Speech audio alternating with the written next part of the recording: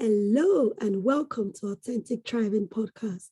I am your host, Sonia, and today we are going to be talking about protecting your life purpose. Our purpose is so important because they are the reason that we get up in the morning. Also, they are a source of motivation to do the things that you want to do in life. They are the reason why we do not give up. Your life purpose can influence the way you behave. It can also help you to set goals. It can also help you to make the right decision at the right time. However, some people set out their goals with strategic plans, and then life happens. Life happens and things don't go as planned. Some people get depressed. Some people get resentful. Some people get angry. And they feel like they are no longer enough. However, there are some people that become even more determined, motivated, and they become more resilient. So today I ask you, which category do you belong to when you reflect on your life? Let me tell you a story. I remember 10 years ago, or 15 years ago now, 15 years ago when I got married. My husband and I, we had our goals, right? And we also have individual goals as well. One of the goals that we had together was to travel around the world before we start having a family together. My personal goal was to work with a good company where I can become a fashion buyer and travel to different places to source lovely dresses, lovely clothes, and fashion accessories. And then another goal was to do what I love, make impact, and make money while doing it. So that was my goal and our goal. But guess what? 3 months after we got married, I was confirmed pregnant. I was excited, but then I realized that, oh my goodness, the goals that I've set out, I may not be able to achieve it. Because as a mother, how am I going to be traveling around the world with a child? How am I going to work for this big company? And also, everything changed for me. So if you're a mother out there today that is thinking that motherhood is taking a lot from you and you are not able to do much, don't worry. Keep your vision alive. Change your strategy. Yes, you heard me right, because that's what I did. I knew my purpose in life. And as a result of that, I've already set out goals. So what did I do? I still carried on. However, I changed my career path. So I decided to choose a different career. And my baby came at a time where I was supposed to be attending an interview. She was 3 months old then. And I set out to attend this interview. However, I couldn't take the baby with me. So I left the baby with my mom. And then I went for this interview. While I was waiting, the interview was taking too long. Or maybe it was just me that needed to express milk. But I couldn't do it conveniently there. So my dress got stained with breast milk. Yes, it got stained. And I could have gone home and feel like, oh, I need to go home and change. But no, I didn't. I wore my winter jacket. Thank God for winter, right? So I wore my winter jacket. And then I went into the interview room like that with my winter jacket covering everything. And I went, did the interview. And guess what? I was successful. So I was glad that I did not feel bad and then go home to change my clothes.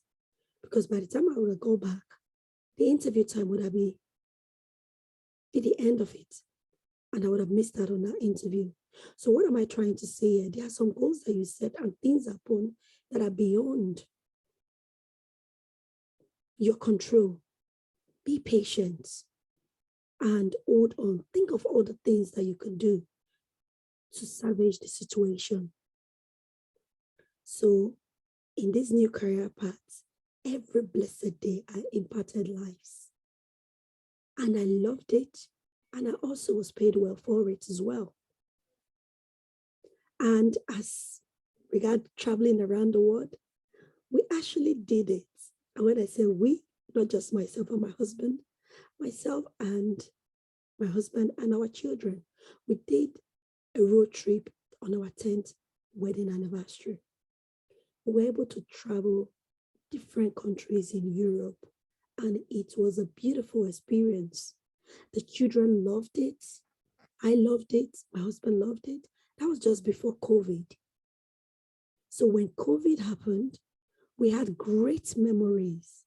We had pictures, we had videos to relive great family bonding experience. So even though I couldn't or we couldn't achieve it before, we changed the strategy and we still kept our vision alive. We kept our vision, our goal alive by using a different strategy.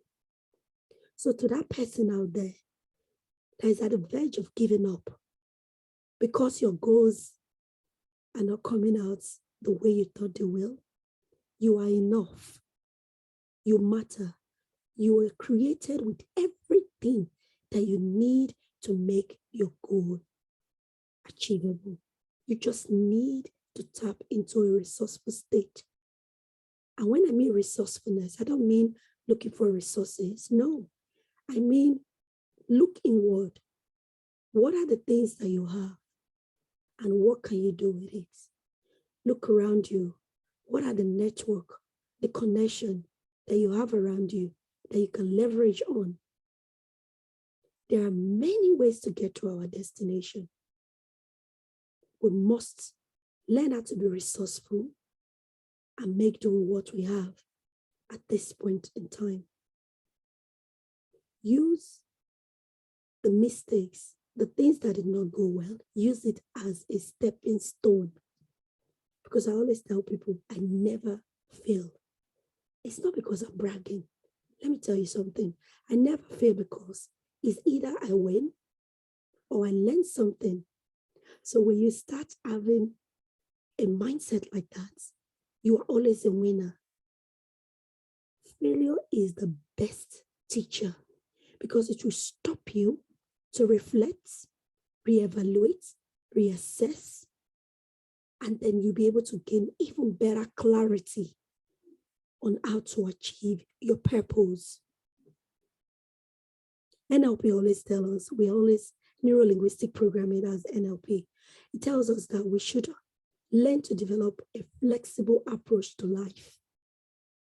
And it helps a lot when you have a flexible approach to life. So I will say again, change your strategies, but keep your vision, your purpose, your goals alive because they are worth it. And remember Romans 8 verse 28 says, and all things work together for our good. That is just me paraphrasing it. So thank you for listening to this podcast. If you're watching this or you're listening to this, I have just one more story to tell you. Think about it like this.